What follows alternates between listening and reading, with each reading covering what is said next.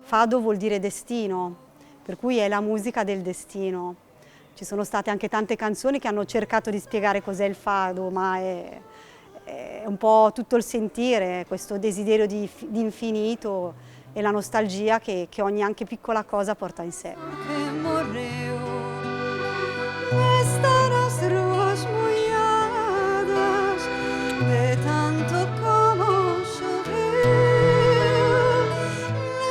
Una delle caratteristiche del fado è proprio questa nostalgia, che non è una nostalgia melensa, ma è proprio quella che racconta delle cose della vita, anche semplici, ma che fanno ridere e piangere insieme.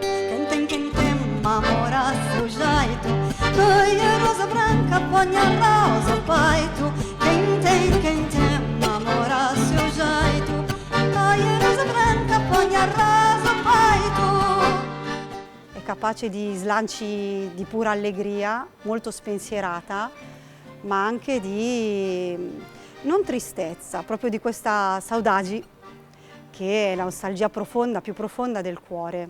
Nessuno di noi è portoghese in realtà, però è una musica che sa parlare veramente a tutti.